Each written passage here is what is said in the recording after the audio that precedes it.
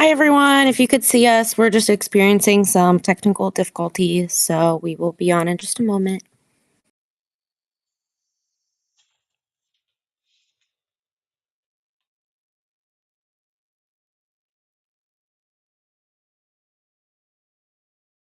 I went on my phone, it was working, and could hear you both.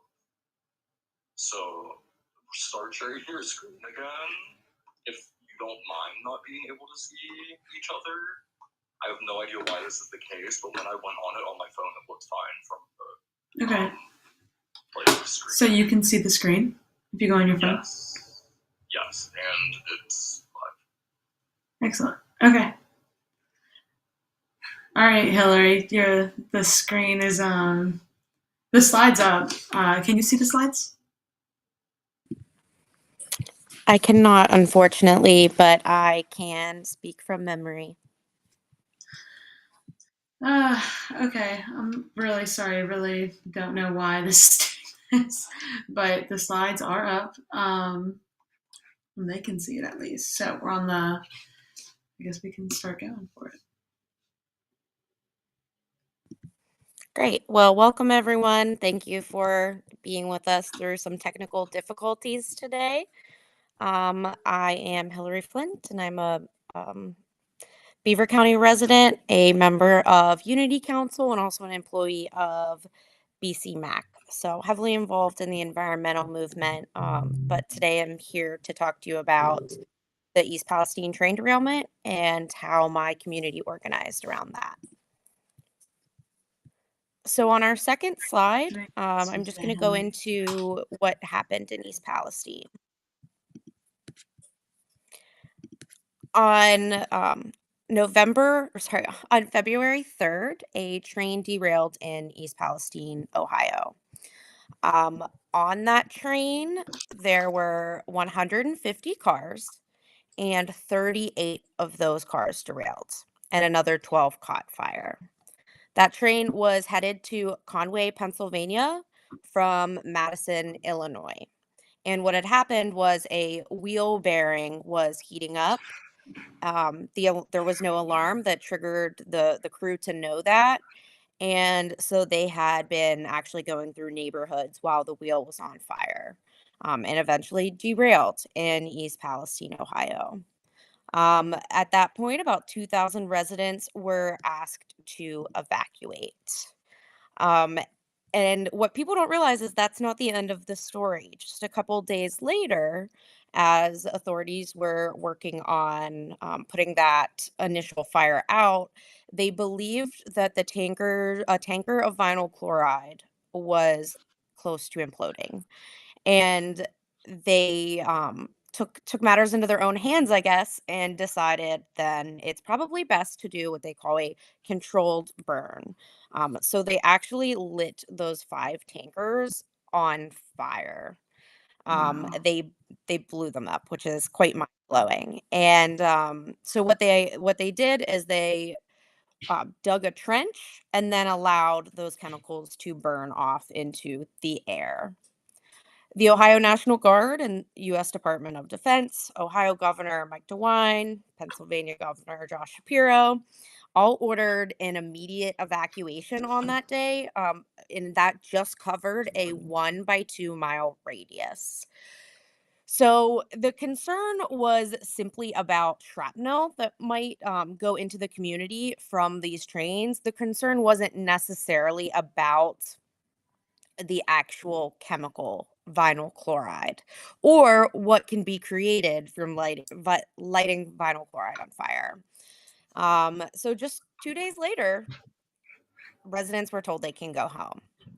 And as you see here in the quote from Ohio Governor Mike DeWine, he believed that people were at risk in this red zone and then in this yellow zone. So I'm going to move to the next slide. And what's interesting about this is we all hear about this derailment as the East Palestine train derailment. But looking at this slide, that diagonal line is actually the Ohio PA border. So as you can see, it was more of Pennsylvania that was actually affected by this. and we just do not talk about that enough. At the time of the derailment and the open burn, we really didn't understand what was on that train. And it wasn't until later the EPA said there was hazardous materials: vinyl chloride, butyl acrylate, ethyl hexylacrylate, ethylene glycol, and much more, unfortunately. And while these are chemicals of concern, the EPA claims that they do not detect any of those in the area. And they have not since February 12th, which would just be shortly after the incident. However, they did order Norfolk Southern to clean up contaminated soil and water. That order did not come until February 21st, and they just updated that order to talk about cleaning up the nearby creeks. And we are, over 8 months out now, and that just came out. Ultimately, over 32,000 fish, over 5,500 amphibians, crayfish, and other aquatic life died the week of the derailment and the burn. But as residents, we are still told it is completely safe. And to this day, we are told it is completely safe. So, on the next slide, I'm going to talk about how, as residents, we fought back against this because it was, while we were being told we were safe, our bodies weren't having that same belief. So we had rashes. You could smell the chemicals, and after a few short months, we realized, we really need to organize. So Unity Council was formed in April, about 2 months after the derailment. And the first thing that we did was get together and come up with a list of demands. I think in the beginning, we had all expected the EPA and the government would take care of us. But once we realized they weren't going to do that, that's when we got together. Most of us did not know each other before all of this, and Facebook was key in connecting us and making sure we could get organized. So we worked to get people from affected towns in Ohio and Pennsylvania assessed, what are our needs and what questions do we have? And that's where these demands were born. And still to this day, it's what we fight for. So demand number 1 was for a major disaster declaration. Number 2 was for relocation assistance. 3 was independent environmental testing for independent medical testing.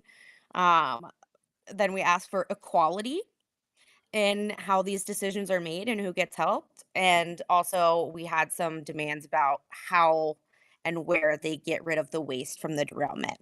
Because the real concern was that, we were going to have a double exposure because they had planned to take it to Hermitage Thermal in East Liverpool, Ohio, which is just, a few miles away from East Palestine.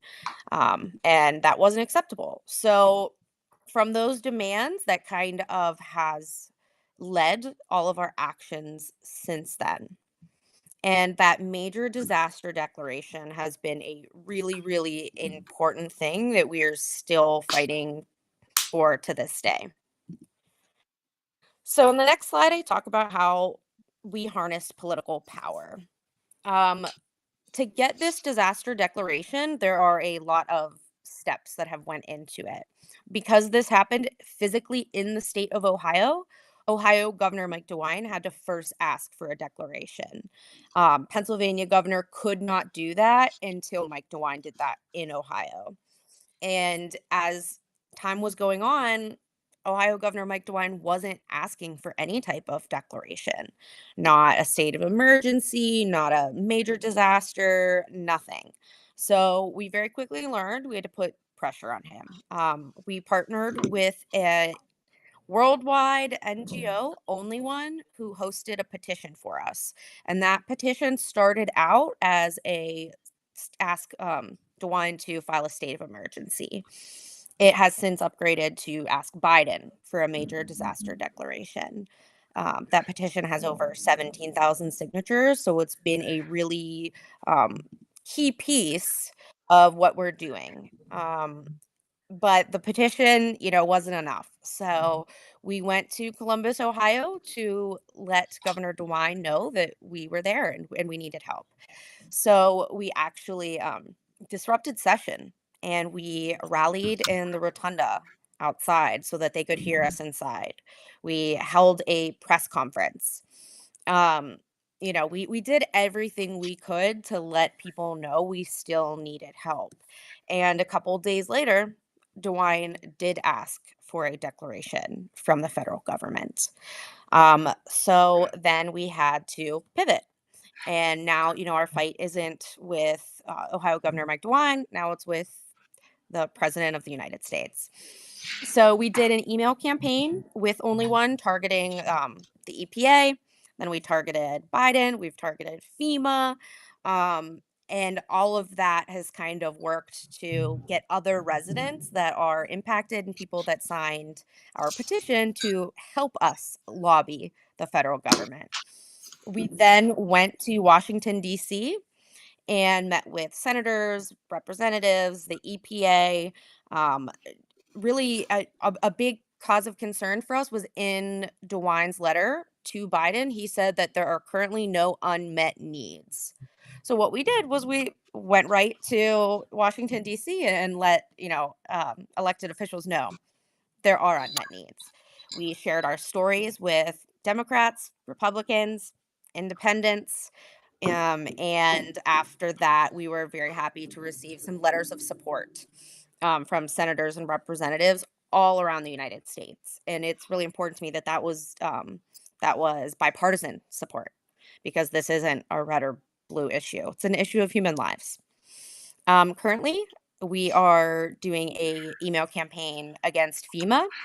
So instead of declaring the major disaster declaration, what had happened was President Biden released an executive order, which assigned a FEMA representative, Jim McPherson, to figure out what was going on in the community and if we need that disaster declaration.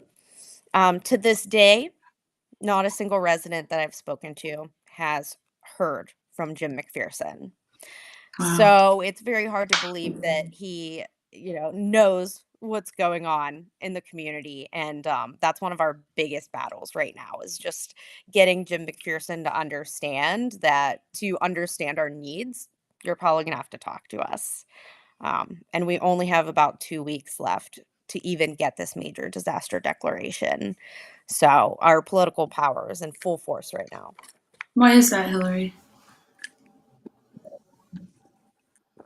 It is how the executive order was ordered by the president. So he gave a deadline on when FEMA had to submit a report, and then Mm. his decision will be made.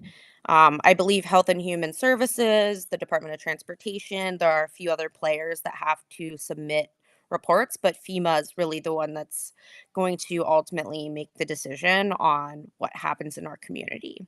So without this disaster declaration, residents here won't have access to further federal programs such as Medicare for All, um, which I will talk about in a few moments. But essentially, this is opening a door to get us the help that we need. And we're very close to that door being shut and locked permanently. Also, before we go on to the next slide, is that you in the third photo? Yes. So that is our Unity Council president, Jamie Wallace, former Vice President Al Gore, myself, and then Unity Council member Darren Gamble. So Very we strong went to, mustache. yeah, we went to, New York City for Climate Week, and one of our allies actually took us to this event and said, "Hey, Al Gore is going to be there, and you need to speak to him." So we did, and honestly, the executive order from President Biden happened just a couple days after this. So I What don't a want coincidence. to say that, maybe, yeah, I don't want to say that maybe that's why, but I think it's possible. Awesome. And, from there, I talked about, it was our allies that got us New York City and made sure we were able to talk to Al Gore. And so, in the next slide, what was really important to us is gathering these allies and learning from others. What had happened in our community had never happened to any other community. There is no existing data on how all of these chemicals combined together will affect the human body or the environment. So we're kind of like guinea pigs, but there were pieces of what has happened to us that has happened elsewhere. So we reached out to these other communities to, learn about what happened with them. So in the first photo, that is the last mayor of Times Beach. Times Beach, Missouri is a town that was completely wiped out and relocated due to dioxin exposure in 1983. So we had been speaking to some of the residents, and it ended up that we were able to get Marilyn, the last mayor of Times Beach, up to the area. And we hosted an event where she talked about, what she went through and what her community went through, and just really laid out kind of what our future could look like. And I think that that opened a lot of eyes, especially since independent testing in East Palestine shows that the dioxin levels here are much higher than they were in Times Beach. So this whole community was uprooted and moved because of this, and yet we're still here. So Maryland and the residents of Times Beach, Missouri are allies. And another town that we found allies in is Libby, Montana. That entire town has Medicare for life due to a little known clause in the Affordable Care Act called Section 1881A. And we spoke to the residents and figured out, how did you guys get that? And it was a senator that lobbied for that. Their town had toxic asbestos dust from mines, and so the senator was just trying to figure out, how do we take care of people? And he did. And so then Unity Council was able to take that lesson to, our senators. And now we have, super far right Republican JD Vance advocating that our communities get Medicare for life. And he's admitted he, has to eat some crow that he's advocating for this, but he's doing it. And without us learning from the past, we wouldn't be able to do that.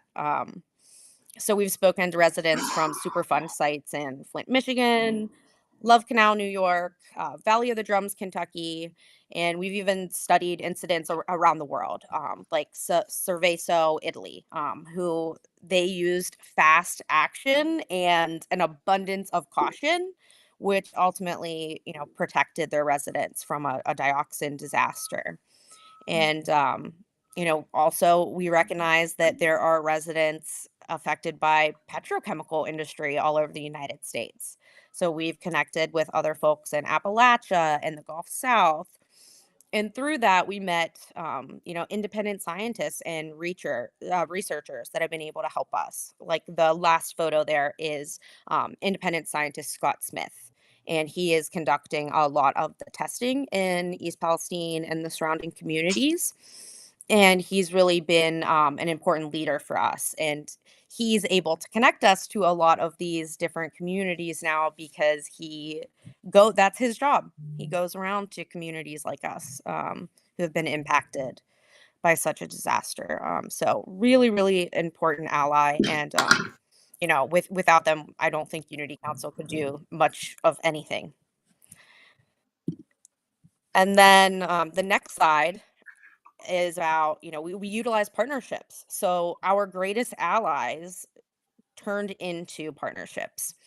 So we work very closely with Clean Air Council, Earthworks, Break Free from Plastic, Only One, Not an Alternative, Toxic Free Future, Beyond Plastics, Earth Justice, CHEJ. We're connected to people all over the world that are helping our small town.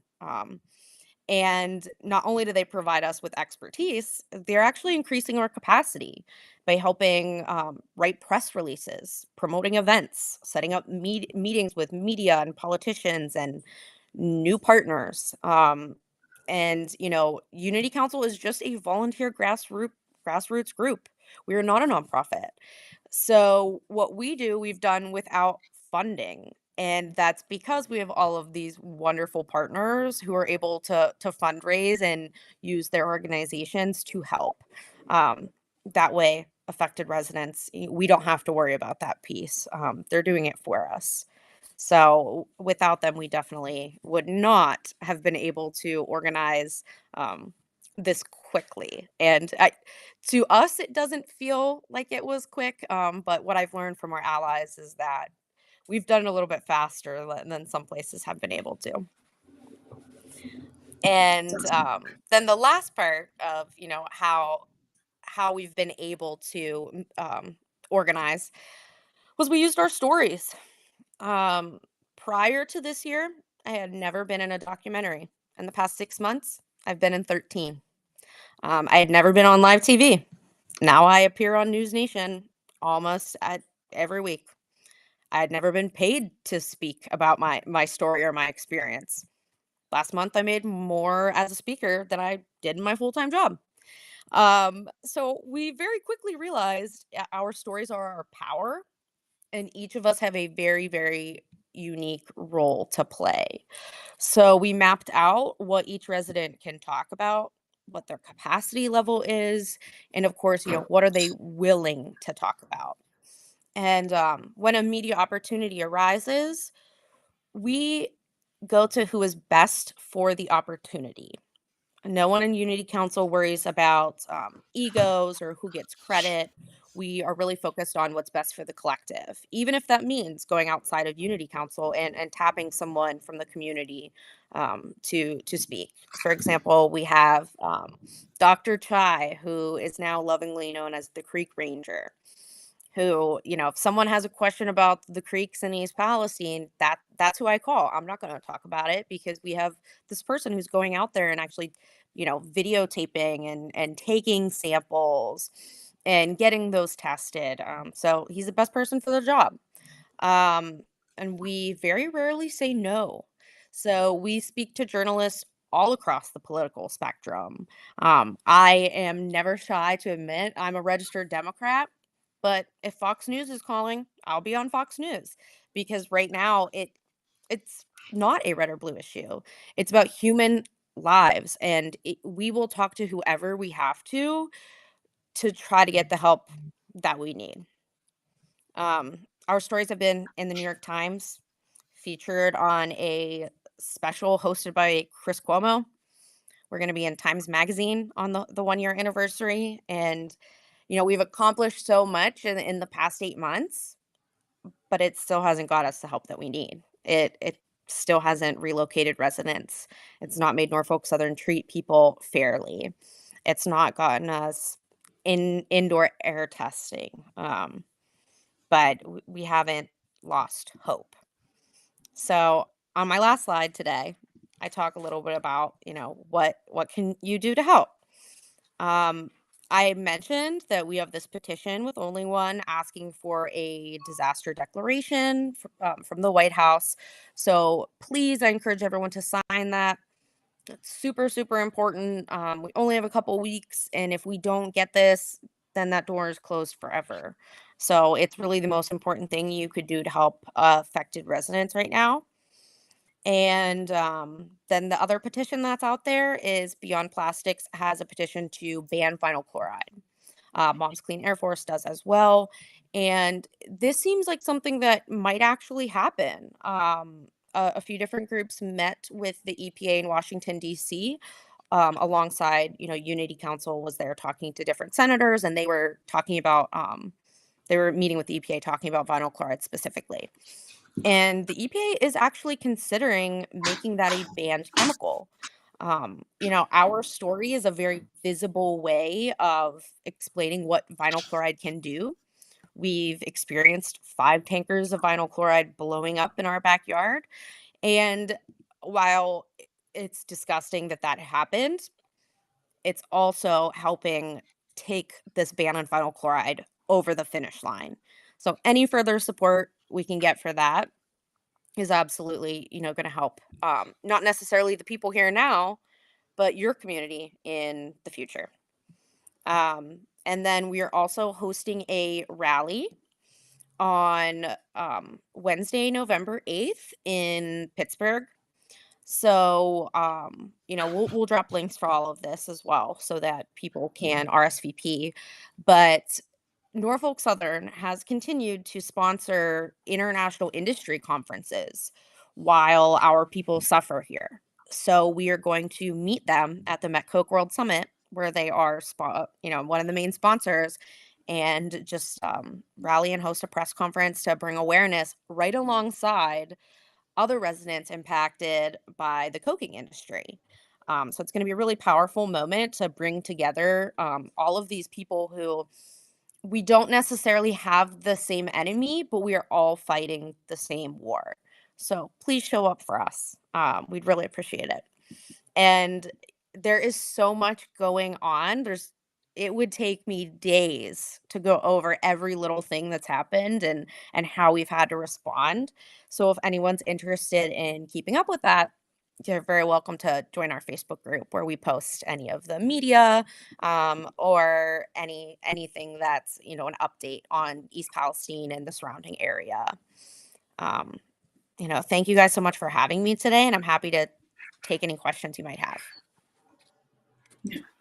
I know personally your comment about vinyl chloride and being able to see it and that gets people more motivated. It's distressing at times that people need to see to believe it. I mean, we've talked about it, some of our partners, the wildfire smoke and how that, everybody all of a sudden became a lot more concerned about air quality, even though it's something that a lot of our groups have been fighting for years. And it does kind of have that, like, I guess, silver lining of motivating people who weren't exactly a part of the fight beforehand or didn't know that there was really a fight beforehand.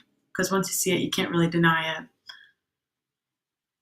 Yeah, and so the wildfire smoke was affecting our community, just a couple months after this had happened.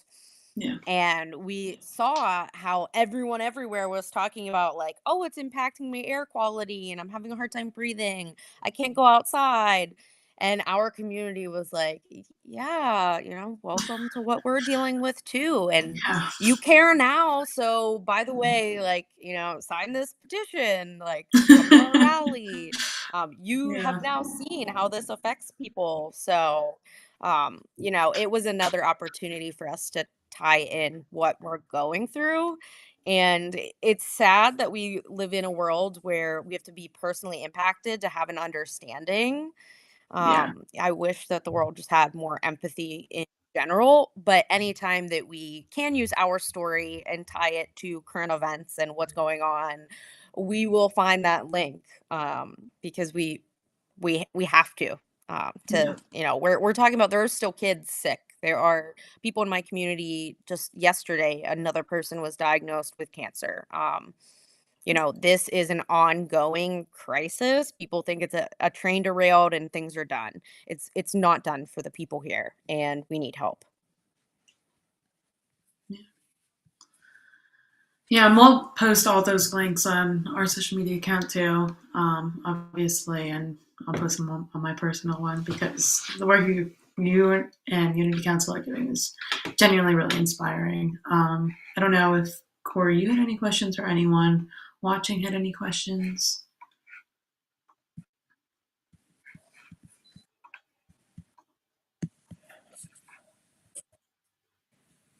I'll take a moment to just, shout out to the work you guys are doing at Protect PT. I got to meet all of you in Harrisburg for Climate Convergence, and it was just such an honor and to learn from, your organization and how you've been able to grow and have real impact. It's just an honor anytime I get to talk to you guys or work with you. So thank you for having me today. Of course. Love talking to you. Thank you. Okay. Well, I don't see any other questions because you did a great job presenting. Very thorough, honestly. I was even like, I didn't really have many, but thank you everyone for joining us here today, and thank you Hilary for speaking with us and hanging on through. It was really a motivating conversation, and yeah, definitely people go out and rally with them. November 8th. Thank you. Everyone have a wonderful day, and thanks for having me. Of course. Bye everyone. Happy Halloween.